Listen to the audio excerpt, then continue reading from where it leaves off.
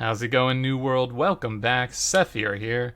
And we are so close to the open beta. Oh my gosh, 2 days. It's almost here. I'm excited. My company is excited. Definitely a shout out to Eternum Eternal, as we will be super psyched and ready to get in within the 2 days here. Just a quick PSA. You do need to go to New World's page on Steam on September 8th and hit a little button that will be there. It'll be like join in the open beta or something to that nature. So go ahead and check that out when that does open up on the 8th of September so that you can sort of opt into the open beta and make sure that you're in there. I do believe it's free for everybody. So just go ahead and make sure you're keeping your eyes on that and click on it. Today I wanted to sit down and talk a little bit about gems and what those are. I just wanted to kind of cover some of the gems and explain to you why they would be useful, right? Because there's a lot of different gems, they do a lot of different things, and it can get confusing as to what is going on here. So we'll kind of break that down a little bit and dive into what use each of these things is going to have and why you would want certain gems over the others. So in order to do that, we will head over to the New World Database website once again. Shout out to Jill. And if you do want some additional detail, I believe Duke Sloth, good content creator as well, he did a video with some of the guys at the New World Database Info website breaking down some of the fine details of the gems that may or may not be broken on some of the low tiers. So we'll see how that goes with the testing. But you know, if you're real into the min-max, maybe check that out and see how it goes. So I'll put a link to the description down in that area for that. So without further ado, we'll go ahead and jump into the section here for gems. All right, here we are in the NWDB website. This is not a gem, you are correct. First, we're going to talk about the different types of enemies so that we can understand what the gems do, right? So in New World, you have a few different types. You have this Lost right here. And as you can see, they're taking less damage from certain things and more damage from certain things. And so this will play a key element into the type of defense and type of damage that you are dealing, which is going to make you want to choose one gem over the other. And possibly have multiple gear items with different gems in them of similar power. So keep that in mind. So once again, Lost here. This is the first category. We can see it over here. We're just using one example for it, but they're going to take more damage from nature. So basically a nature gem would allow you to do more damage to these, whereas if you were doing this type of damage void, they would be taking a lot less. The other enemy type that we have is the Angry Earth, who will take more damage from fire notably, and less from lightning. You can also see the physical resistances of slash, so that would be like sword swinging and things like that. Thrust would be like whenever you push forward with an animation, so sword does have some thrust moves, and so does some other categories. The next one would be Corrupted. They're going to take more damage from Arcane here, and less damage from Ice, so if you're an Ice Mage, you know, definitely want to switch to something else up on that, or maybe have you know, something on your Fire Staff that maybe has Arcane with it. And then the last category is going to be the Ancients, who do take more damage from Lightning, and they take less damage from Fire. And then you can see they take more from strike damage, so that's going to be like, you know, Warhammer, things like that. So make sure that you are kind of getting the appropriate damage type for the appropriate enemy if you're doing something high level, like in-game related. It won't matter mostly for leveling up and things like that. But if you want to, like if you are grinding in like an ancient spot and you do have a lightning gem, it would not hurt to slap it on. And in fact, it would be quite beneficial. So we will go ahead and hop on over to the next section, which is the actual gem section. I won't bait you again this time, so we'll go ahead and go over to that. All right, we are back in the gem section, and as you can see, we will now see something on the screen, the topaz. So there's different tiers of every gem. It scales from tier 1 to tier 5. This so happens to be the tier 5 gem, as you can see over here. this is basically a gem that will convert a portion of your damage into lightning, so that will help you kill whichever archetype it was weak to. I believe it was ancients that were weak to lightning. Correct me if I'm wrong, but we can flash back to the screen if you want and double check that. It will also do kind of two functionalities. So if you put it in your weapon, it's going to do this top part, this electrified damage convert. If you put it in your armor, it's going to do the bottom part, right? So this is going to be lightning damage absorption. So this would be a good, like if you're struggling with the Siren Queen or something, you could do lightning damage absorption, but she's not that hard, so you might be okay with this. The main thing is just converting that damage into lightning. So if you convert half your damage into lightning and you hit something that's taking 30 or 40% more lightning damage, as you can imagine, your DPS is going to skyrocket. So that's why you would want something like this. A note to put on here is that they do scale with intellect or a different stat. So it's either like focus or int, but it also scales off of whatever your base weapon stat is, whichever one's higher. So if you're pure dex, it's going to scale off of dex for you. You can kind of play around with this in the min-max section if you want to, but you can figure that out on your own as you wish.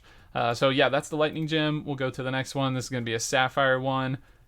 Same deal, just going to convert it to arcane instead of lightning, and also provide damage absorption. So that'll be a real quick one. You're going to see this same kind of like theme throughout everything. It's going to be like, does this and then reduces this. So we'll jump into the next. This is going to be the fire, same thing, elemental version. It's just going to convert for fire damage and absorb fire damage. And here's where we get into some of the more nuanced ones. These are going to be a little bit different. So what this one is, Gambit, in my opinion, is one of the better ones. It does a damage boost when your stamina is not full. So if you are playing mechanically correct and utilizing your stamina in between your damage, especially in PvP, but PvE most likely as well, you will gain a nice damage boost here. So this is definitely a good one to look out for your weapon, as I feel it's like a very reliable, like something you can control type setting, which is very good. The flip side of that for the armor is going to be this elemental damage absorption. So elemental damage absorption means that it will cover everything, like all magic stuff. So ice, fire, void, even lightning, things like that. As you can see, it's got a lower percentage. It's 2.5 instead of the 3.8, but that's just a trade-off you take for, getting access to all resistance, whereas opposed to specifically targeting one particular one. Going on to the next gem, Cut Pristine Onyx. This one is quite nice. You see this effect here, 30% damage against targets with full health. In my opinion, this is good for mages specifically because, and maybe even musket users, because they do have talents that kind of do the same thing. It would be like more damage when they're at high health, and it's specifically the intelligence talent, I believe, does that same thing. When something's at full health, it will do more damage, right? So your first hit's going to hit harder. Additionally, Pillar of Flame has a ability that does 40% more damage if you hit someone with full health. So you could think of this as like something to really soften up a target. It could be a nice thing to use, but this one's going to be extremely valuable for the bottom section here, which is the 2.5 physical damage absorption. So this is going to cover all types of physical damage, thrust, slash, strike, everything. So if you want to not die to melee users, this is definitely the gem to have. Jumping into the next one, we're going to have the Moonstone here. This one's interesting. You do more damage when you're lower on health or below that threshold. I feel like it would be a bit hard to maintain that threshold, but maybe for like a hatchet user, this could be good, since you would enter that like death-defying state of like, remaining at 50% or 50 health, but you can't die. So that could be a nice one. On the flip side, it does have the slash damage absorption at the really high amount. So if you know an enemy or someone in PvP is specifically doing this type of damage, you can definitely gear up and mitigate that fully. Jumping into the next one, personally I like this one quite a lot. This is the Malachite, and basically Oh, did I say that wrong? Malachite? I'm not sure. One of those two. And it will do 12% more damage to any target with some sort of crowd control. So that does include slows, any sort of stun root, as you can see over here. And the kind of catch on this one for the armor side is going to be that it's going to provide a mixture of elemental and physical damage absorption. So if you're like, I want a bit of each, this could be a good gem for you. But touching back on that cruel bonus here, this one is really good to use with weapons that have a lot of CC utility, like the Ice Gauntlet, as they will most likely be slowed majority of the time when you're using that. I know the bow has several abilities that slow down. So does the musket and things like that. So, or like root and things of that nature. So this is probably going to be a really good tool to use, especially actually for the sword, because I think there's a sword talent where like every third hit or something slows the target. And so if you have that on, you're just effectively doing more damage. So can be quite nice. So keep an eye out for that one. The next one's going to be Jasper. This one's a little tricky. You get damage after receiving 3 hits. I don't know how long that is. I feel like this should have more of a tooltip, like 15% damage, but like how long? Like for 10 seconds? Forever? I mean, I don't know, till you leave combat. So that one might need a little bit of testing to kind of figure out what's going on there. But in my opinion, this top part is a little weak. The bottom part is really good because you will get strike damage absorption, so that's going to stop the hammer and things of that nature. So that's a really nice thing to kind of go for there. Jumping into the next one is going to be the Emerald. This is one of my personal favorites. I like to use this one with the Fire Staff.